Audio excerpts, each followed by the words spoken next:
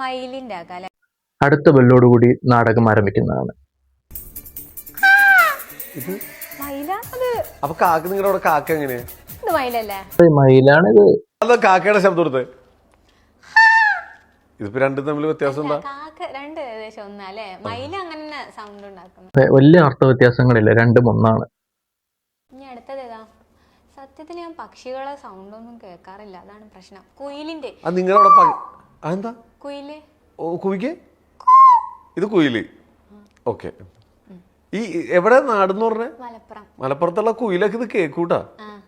കുക്കലുണ്ടോ മറ്റേ അങ്ങനെ ഒപ്പം കൂക്കൂലേ? ഓക്കെ, ഇനി അടുത്ത് പറ. മൂന്നാമത്തെ. അടുത്തത് ഇപ്പൊ ഏതാ? കോഴിയുണ്ട്, താറാവുണ്ട്, ആനയുണ്ട്, പുലിയുണ്ട്.